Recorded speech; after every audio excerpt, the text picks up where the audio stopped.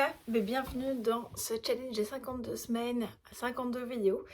Alors nous avons déjà entamé le parcours ensemble de ces 52 vidéos, mais dans cette vidéo, je vais pas forcément vous partager une astuce, un outil, ou j'ai envie de vous partager plutôt une expérience qui s'est déroulée avec les inondations qui ont eu lieu début juillet ou mi-juillet plutôt, à Liège, dans le Brabant wallon, etc. Donc nous sommes allés avec un petit groupe de femmes donner à manger à Grédoisseau et à Wavre. Alors moi j'étais du côté de Grédoisseau et alors j'ai encore beaucoup d'émotions par rapport à ça parce que j'étais vraiment touchée par ce qu'elles ont vécu, parce que moi j'ai été victime des inondations au mois de juin, donc je sais quel est l'impact que, quand on voit que qu'en quelques minutes, tout peut partir comme ça à volo, alors que on s'attend pas du tout à une situation aussi apocalypse. Alors moi j'ai eu beaucoup de chance, c'est que ça n'était que la cave, donc je n'ai pas tout perdu, je n'ai pas perdu mes meubles, je suis pas restée sans eau sans électricité. J'ai eu un énorme soutien de mes voisins, mais c'est vrai que du coup j'ai été fort touchée, fort impactée en fait parce que ces gens ont vécu. Et donc, quand une personne d'un groupe Facebook a lancé l'appel pour aller donner à manger, que pour pouvoir préparer de la soupe, des petits cakes, du café, enfin, un peu de nourriture pour réchauffer surtout les cœurs et dire que voilà, vous n'êtes pas seul dans dans ce qui vous arrive, eh bien, j'ai répondu tout de suite à l'appel. Alors, j'ai beaucoup de gens autour de moi qui m'ont dit bravo, courage d'aller distribuer.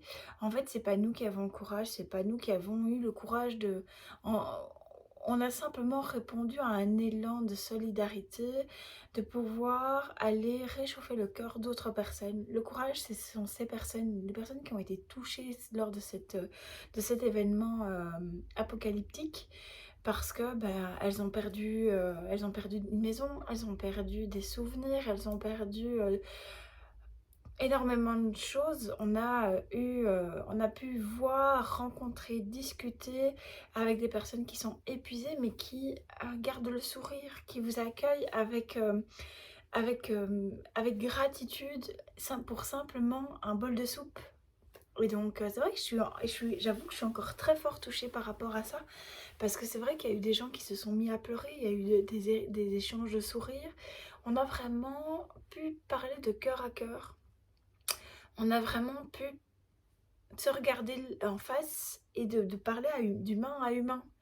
Et donc c'est vrai que depuis quelques mois, on a un peu tendance à se déchirer sur les réseaux sociaux, vac ou pas vac, Covid ou pas Covid, machin, que ça peut partir dans tous les sens, il peut y avoir des insultes. Et ici, on était juste entre humains parlant à d'autres humains. Et donc c'est vrai que c'est cet élan d'humanité, cet élan de générosité qu'il y a eu dans tout le pays, pour aller soutenir des personnes qui se retrouvent comme ça du jour au lendemain sans grand chose que juste leurs mains et leur courage pour pouvoir aller nettoyer, enlever, faire le tri, nettoyer et attendre une plombe que les assurances fassent leur boulot. Donc c'est à eux qu'il faut tirer leur chapeau.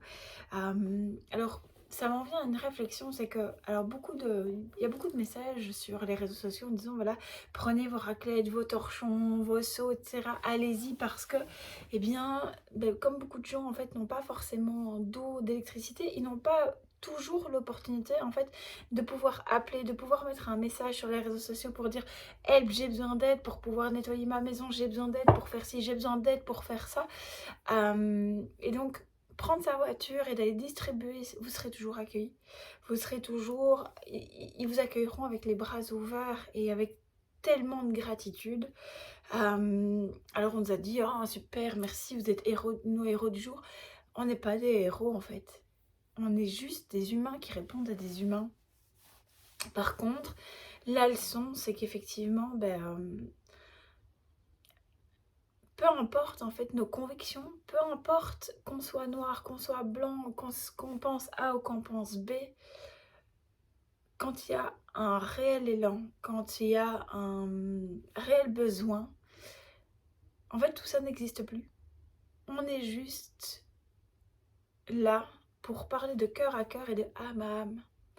Donc s'il y a bien une chose que moi je vais retenir de ces événements, alors évidemment je n'ai pas été touchée, je n'ai pas connu ce que ces personnes qui ont tout perdu ont connu et qui vont les poursuivre encore pendant quelques semaines, quelques mois, voire au moins 1 à 2 ans.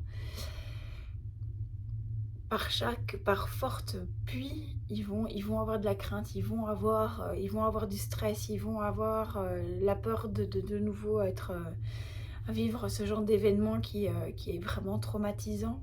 Donc mon message dans tout ça, c'est de dire, bah voilà, il n'y a pas de honte en fait à demander. Il y a et peut parfois simplement faire traverser la rue et dire, écoute, est-ce que tu peux pas demander de l'aide? Alors il y a énormément d'aide de la part de la Croix-Rouge qui ont servi de relais et qui ont créé une plateforme. Ça a été super rapide et donc je pense que la seule chose que moi j'ai envie de vous inviter à retenir par rapport à tout ça, c'est peu importe en fait, on est là et on sera toujours là. Parce que c'est dans la nature humaine que d'être là pour l'autre.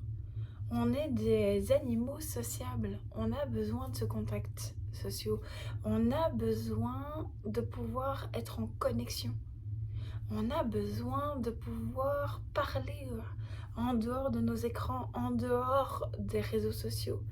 On a besoin de ça, on est des animaux sociaux, on a ce tempérament à pouvoir célébrer ensemble, de pouvoir se porter l'un l'autre. Alors oui, on a des sujets de divergence, on a des opinions qui peuvent être contradictoires et parfois même complémentaires.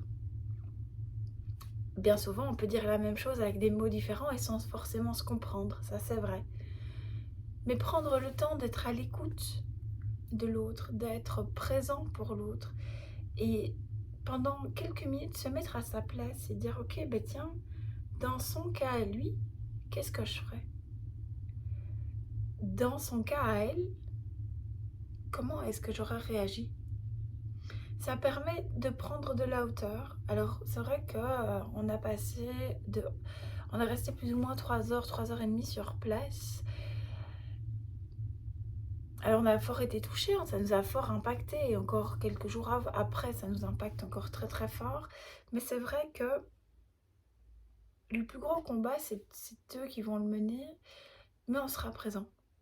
On sera encore présent dans les semaines qui vont suivre et les jours qui vont suivre parce que c'est dans notre nature que de ne pas laisser, que pas regarder les autres sur le trottoir.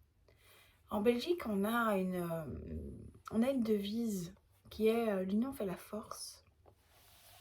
Alors, c'est vraiment une devise qui, je pense, avec tous ces événements, que ce soit dans les moments heureux, avec cette Belgique qui défie des grands au foot et donc tout le monde, bon, c'était plutôt avant Covid, mais tout le monde se retrouve sur la place à célébrer. Alors on l'a vu avec l'Italie cette fois-ci, puisque c'est l'Italie qui a gagné la Coupe d'Europe, et qu'on n'a pas pu malheureusement aller voir les écrans géants lors des matchs.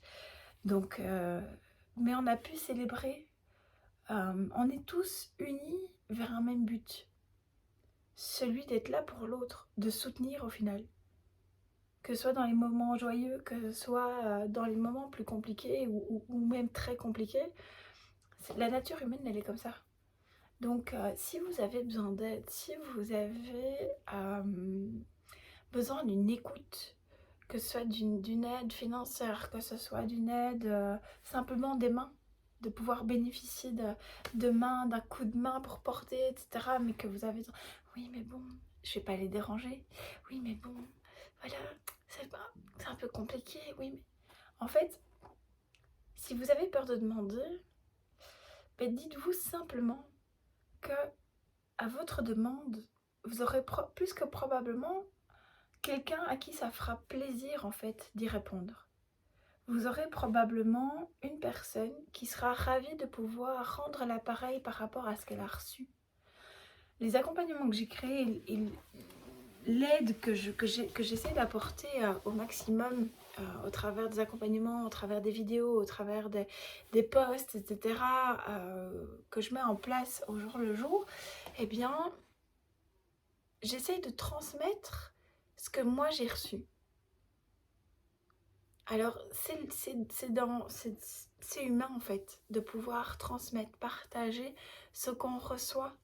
Alors, c'est pas forcément rendre à la même personne, mais simplement si d'une personne A, ça peut passer à une personne B, puis à une personne C, puis peut-être un jour revenir à la personne A, alors qu'on sera arrivé peut-être à la personne G, qui elle va, ensuite la personne A va renvoyer à la personne Y, puis revenir. Et en fait, c'est ça la beauté de la vie.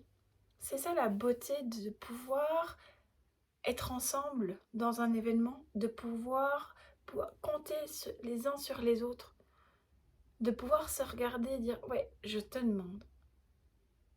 Mais peut-être que ma demande un jour reviendra faire en sorte que toi, tu auras une réponse à une de tes questions. Parce que si on vous posait la question, si vous avez besoin d'aide, eh bien peut-être que la personne qui vous rend service aura peut-être elle-même besoin de cette aide un jour. Alors, je suis dans un groupe d'entrepreneurs et la devise, c'est qui donne reçoit. Quand on donne quelque chose, on ne reçoit pas forcément la même chose. Et c'est ok. Ça peut être un conseil. On peut donner un conseil et puis recevoir une recommandation. On peut donner des bouquins et recevoir un merci. Simplement des yeux qui pétillent. Et c'est ok.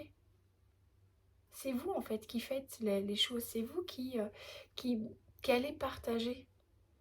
Et c'est votre responsabilité et c'est la responsabilité de la personne en face d'accepter de dire oui ou non en fait à cette opportunité de recevoir et de donner. Alors si cette thématique vous parle par rapport au fait de ne pas oser prendre sa place, pas oser demander, eh bien je vous invite à mettre un commentaire et on en discutera en message privé parce que moi aussi pendant longtemps j'ai eu énormément de mal à demander.